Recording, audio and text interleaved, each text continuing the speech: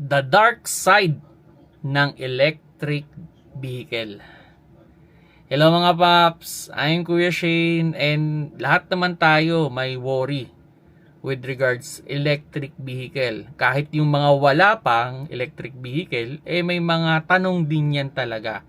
At kailangan din talaga siyang malinawan o kailangan masagot para mapabili nyo sila. But sabihin nga natin, maybe electric cars is the future nga naman talaga.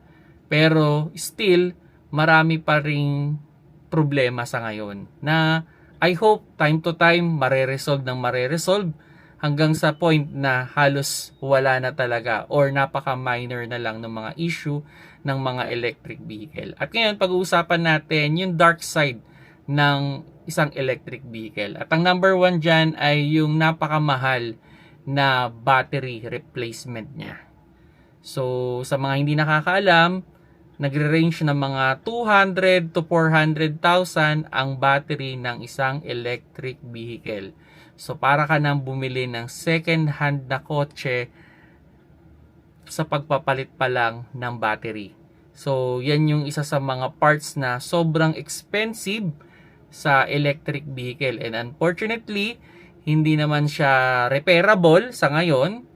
At talagang pag nasira, papalitan mo talaga. Kaya nga ang advice ko, i-secure ninyo yung warranty ninyo. Kasi kung hindi kayo maintenance sa kasa, roughly, wala na yung warranty ng inyong battery. So pag kahit isang taon pa lang siguro sa inyong sasakyan, at hindi na kayo nagpapa-maintenance sa kasa, pag nasiraan kayo bigla, gagastos kayo ng 200 to 400,000. Ang tanong, kaya nyo bang maglabas ng ganong amount instantly para mapatakbo lang yung sasakyan? So, ako personally, isa yan sa mga worry ko. Kaya nga, pag bibili tayo ng electric car, dapat i-secure natin yung warranty. Masisecure natin yung warranty kung sakasa lang tayo nagpapagawa. Yan. Then, number 2 is yun. Yung pag-charge niya still inconvenient pa rin. Kumbaga, hindi siya katulad nung di gasolina na within 20 minutes, 10 minutes, full tank na. Pero itong mga itong mga EV natin o electric vehicle, yung iba inaabot ng mga 30 minutes o 1 hour kung magpapa-charge kayo sa mga fast charger. And kung yung mga pambahay na charger, unfortunately, mas matagal. And may nabasa nga ako na kung paulit-ulit tayo nagpapa-charge doon sa mga fast charger, pwedeng mas mabilis masira yung battery natin compared dun sa ginagamit natin sa bahay na medyo matagal pero hindi na po puwersa yung battery. So, yun yung kumbaga, yun yung medyo inconvenient talaga sa kanya na may katagalan siyang i-charge. Pero eventually mawo-workout nyo rin naman yan. Pero siguro sa ngayon, pag bago pa lang yung electric vehicle ninyo, medyo para kayong merong Nokia 3310. Yan na kumbaga mas matagal pa yung charging kaysa doon sa paggamit. And yun kumbaga ngayon limited pa rin yung mga charging station. So hindi ka pwedeng basta-basta lumayo or magbiglang liko diyan. Kumbaga halimbawa, ikaw ay tatakbo talaga ng malayo, dapat alamin mo kung saan yung mga charging station at dapat doon sa time na bukas yung charging station na yon. Kasi halimbawa, yung mga mall, pagdating ng gabi, sarado na yan. Paano kung doon ka nakaasang magcha-charge? So, paano mo ma-charge? Di maghahintay ka pa kinabukasan sa pagbubukas ng mall. Yung mga charging station naman sa ibang lugar, well, depende na talaga yun kung meron talaga. Pero kung sa mall lang yung nakikita natin mga charging station, unfortunately, syempre sa mall hours lang din natin siya ma-avail. So, yun yung isang consequences. So, kung electric vehicle yung gusto natin, kailangan planuhin talaga natin yung travel natin, lalo na kung matagal nating o malayo yung pupuntahan natin. Then yun, number 4 natin yung battery natin nagda-drop talaga yung performance. So kumbaga parang cellphone yan Hindi naman kumbaga time to time sabihin na natin kada charge natin bumababa talaga yung percentage ng life ng battery. 'Di ba? Parang iPhone nga natin yan o yung mga Samsung natin, 'di ba? Lalo sa iPhone, 'di ba? after ilang years o after 1 year, syempre magiging 95% na lang yan. After 2 years, magiging 80%, o sabihin natin 90% to.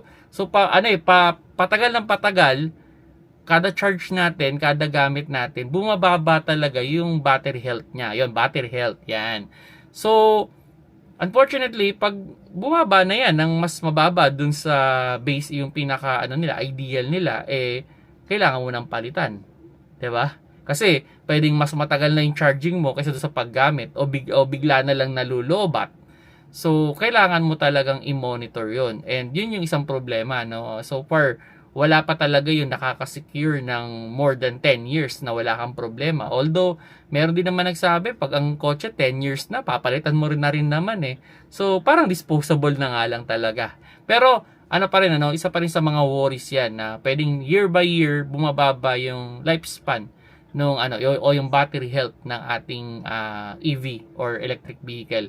So, isa yan sa mga problema rin na so far hindi pa nare-resolve. Then yun, syempre, napakamahal ng kanyang repair. Ayan, napakamahal ng repair niya kasi nga hindi ideal na ipagawa siya sa labas eh. Kasi siya merong kang warranting iniingatan. So pag pinapakailan mo yan sa labas, unfortunately, tanggal yung warranty mo. So para ka nakalock talaga niyan sa kasa. Kaya kung sakali man talagang mag-i-EV kayo, talagang kasama na sa budget ninyo na sa kasa kayo magpapa-maintenance. And yun nga, kung magkano man yung ma-charge sa inyo, unfortunately, wala kayong choice. Kailangan yung bayaran para lang makuha yung warranty. Although, yun nga, ang maganda naman sa mga electric vehicle, napaka-minimal lang naman ng kanyang maintenance. So, yun naman yung advantage niya, no? Pwedeng, as far as I know, iba nga, every year lang yung maintenance eh. So, napakatagal naman, compare naman dun sa mga traditional na degas or diesel, usually every 6 months, yun yung standard na maintenance nila. Pero dito sa mga electric vehicle na to, usually every year lang. So, pwedeng makakabawas ka rin, pero yun nga, pag charge ka ng malaki, wala kang magagawa. Kasi hindi mo siya pwede ipagawa sa labas. Else, ka na, okay, papagawa ko sa labas, out ako sa warranty. Yan. Then lastly, yun, masyado siyang software dependency. Kumbaga, may mga program talaga siya or meron siyang software na hindi yan pwedeng pakialaman ng kung sino-sino lang. At hindi nila din yan i-share sa kung saan-saan lang. So talagang nakadepende yan sa software at yung mga updates niyan.